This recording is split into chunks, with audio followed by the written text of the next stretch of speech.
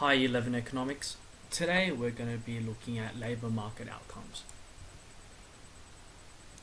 To give us a better idea of where we're sitting at the moment, we've looked at the introduction of economics at the beginning of the year. We've moved on to consumers and business. We've recently studied markets. And now we're pressing on and exploring labour markets. Specifically, we're going to be focusing on the differences in incomes from work in our study of labour markets. Last lesson we looked at the general trends that the Australian labour market has gone through in more contemporary times. For this lesson, we're going to focus on the differences in incomes from work.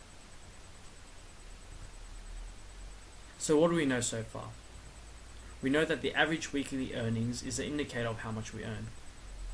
We know that the growth of earnings is approximately 2 to 5% each year over the past decade, so we're earning more. Labour costs are also lower than what they used to be 2 decades ago. And we also note that the unemployment rate is sitting around about 5.5%. One key statistic that I really want to emphasize to you guys is the difference between average earnings between a male adult and a female adult.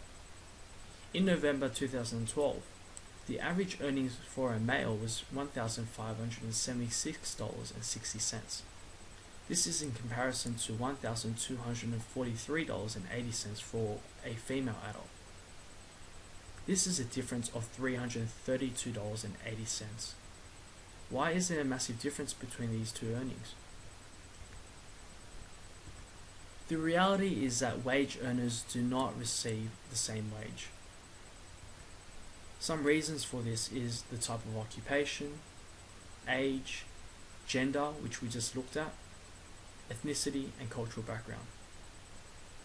Let's take a closer look at the type of occupation and how that may impact on the difference in wage outcomes.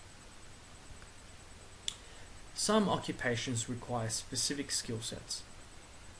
Working closely to that is the level of education training required to hold those positions of occupation.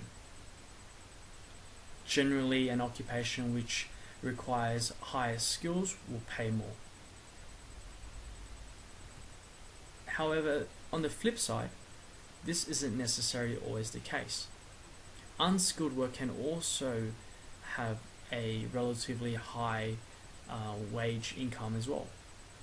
There's additional learning for hazardous, unfavorable, dangerous, and irregular work hours. Age and gender may also play a part in the difference in wage outcomes. Income varies with age and experience. A uni student who works casually will typically earn less than somebody who's been in the industry for 30 years and has a wealth of experience under their belt. Gender, as we looked at earlier, unfortunately also has an impact on the difference in wages. Discrimination still occurs, but greater equality has been introduced with affirmative action and unfair dismissal legislation passed in more recent times. Ethnicity and cultural background also play a part as well in the difference in wages. Indigenous Australians have an unemployment rate of 16% in 2011. This is in comparison to that figure of 5.5% for the general population of Australia.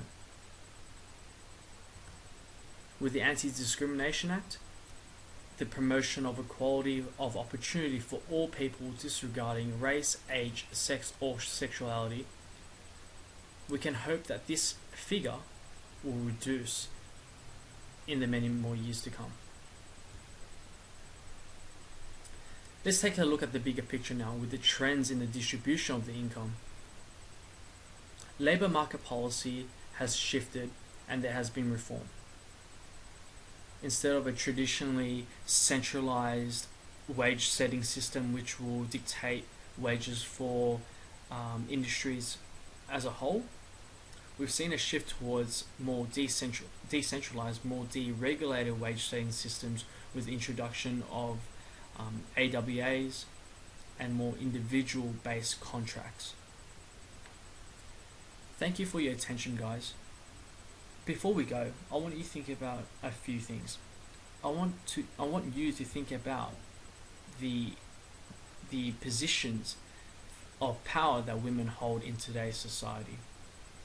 Next lesson, we're going to be reinforcing, consolidating our work on labour markets and the differences in wage outcomes through a activity and research task.